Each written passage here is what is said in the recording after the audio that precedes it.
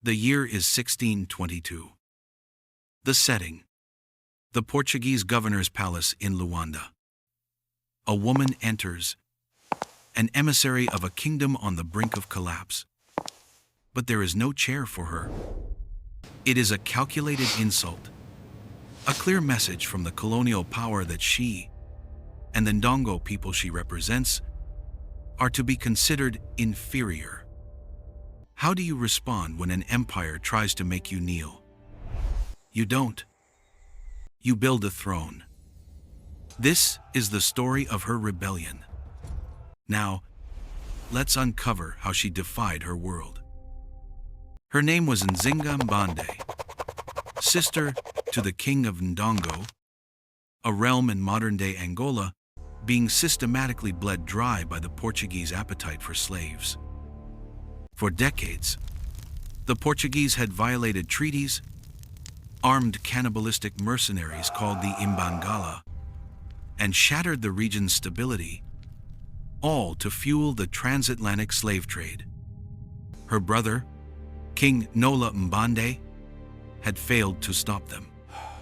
His reign was defined by military defeat and diplomatic humiliation. So, he sent his sister, a woman renowned for her intelligence, military acumen, and unbreakable will, to do the impossible: negotiate peace from a position of utter weakness. The Portuguese governor, João Correia de Sousa, expected a supplicant. What he got was a masterclass in power dynamics. In that room, stripped of the customary honors, Nzinga locked eyes with the governor, then calmly gestured to one of her female attendants. The woman knelt on the floor on all fours, becoming a human seat. Nzinga sat upon her back, elevating herself to the governor's eye level. The historical record, even from European sources, recounts this moment with awe. What it reveals is not just defiance, but a strategic mind already at war. She wasn't just demanding respect. She was demonstrating that her authority came from her people, not from the furniture of her oppressor. From this position of power, she dominated the negotiations. She spoke fluent Portuguese, matching the governor's legal and theological arguments with her own. She secured a treaty promising the withdrawal of Portuguese troops and an end to the slave raids in exchange for her conversion to Christianity. A purely political baptism she accepted for strategic advantage. It was a stunning diplomatic victory, but the victory was hollow. The Portuguese had no intention of honoring the treaty. When her brother died shortly after, some accounts say by suicide, others whisper of poison administered by an ambitious sister tired of his weakness. Nzinga knew the path of diplomacy was a dead end. The unjust system understood only one language: force. And to wield it, she would have to take the throne herself. Seizing the throne of Ndongo was one thing. Holding it was another. The Portuguese refused to recognize a female ruler, derisively calling her a vassal, not a queen. They intensified their attacks, propped up a puppet king, and drove her from the capital. Nzinga was now a queen without a kingdom, a fugitive in her own land. For a lesser leader, this would have been the end.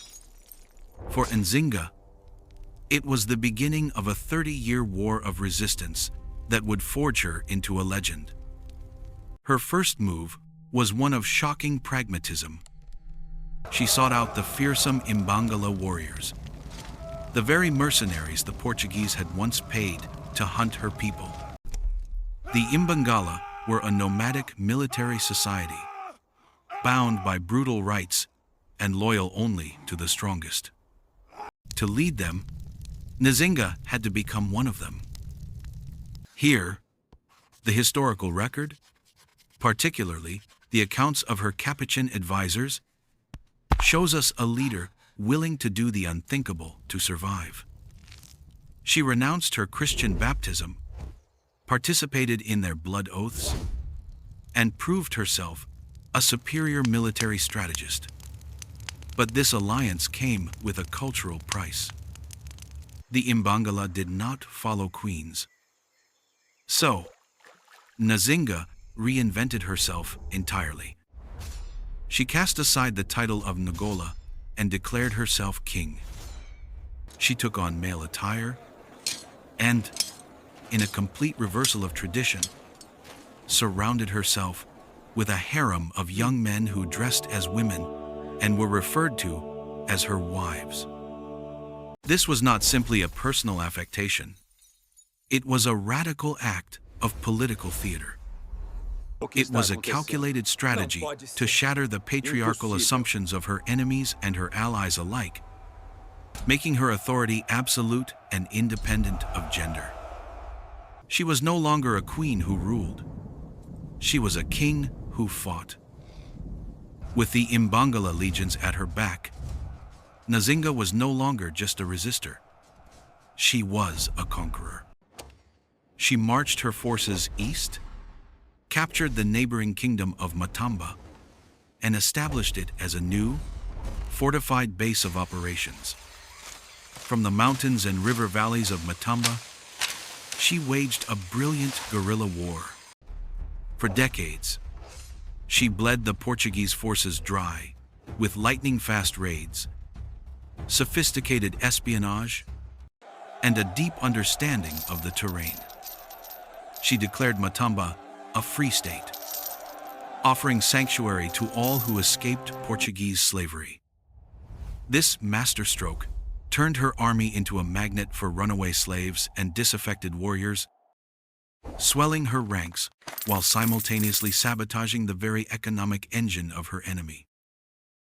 Her strategic vision extended far beyond the African continent.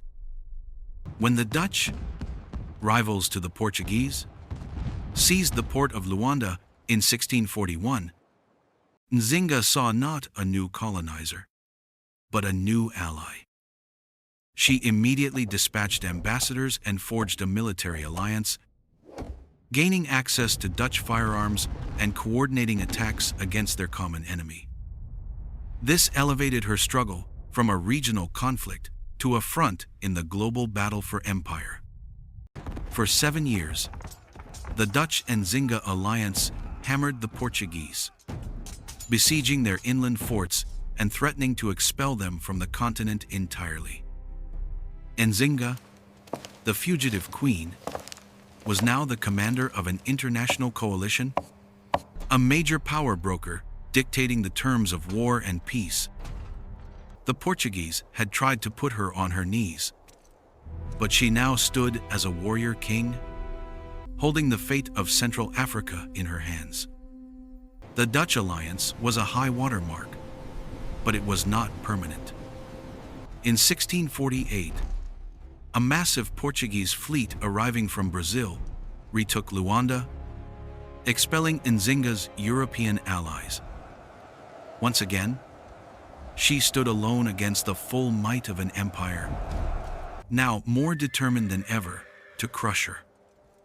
At an age when most rulers would be planning their succession, Nzinga, now in her late 60s, retreated to her fortress state of Matamba and simply continued to fight. For 8 more years, she waged war. The historical records from this period show us the sheer exhaustion of the Portuguese. They had thrown armies, mercenaries, and colonial governors at her for over a generation. She had outlasted, outmaneuvered, and outfought them all. They could not defeat her. The war had become an unwinnable, bloody stalemate. This unbreakable resistance was her ultimate victory. In 1656, the Portuguese sent not soldiers, but ambassadors. They were finally ready to negotiate with the woman they had spent a lifetime trying to kill. This time, there was no insulting lack of a chair. Nzinga was now negotiating not as a desperate emissary, but as the revered and unconquered matriarch of Matamba, a sovereign the world had been forced to recognize. The resulting treaty was a landmark achievement. Portugal officially acknowledged her sovereignty over her kingdom and, crucially, renounced its claims on her people. Nzinga had fought the world's premier slave-trading empire to a standstill and carved out a free land. For the final years of her life, Nzinga the warrior became Nzinga the stateswoman. She once again embraced Christianity, this time to build lasting diplomatic bridges with Rome and secure her kingdom's place in the world. She focused on rebuilding, transforming Matamba into a stable and prosperous commercial center that controlled key trade routes. She died peacefully in 1663, in her early 80s, having never once been subjugated. While European accounts often painted her as a bloodthirsty savage, for the people of Angola, she became a foundational icon, the brilliant, defiant mother of her nation. Her life's work ensured that an independent African kingdom would survive and thrive, a beacon of resistance against the colonial tide. Nzinga Mbande's story is a testament to the power of relentless will. It proves that one individual's refusal to bow can reshape the destiny of a nation for centuries. History is filled with such figures, strategic, defiant, and unconquerable, whose battles against injustice echo into our present. Remembering their fight is more than a history lesson. It is an act of rebellion in itself, a choice to keep their legacy alive.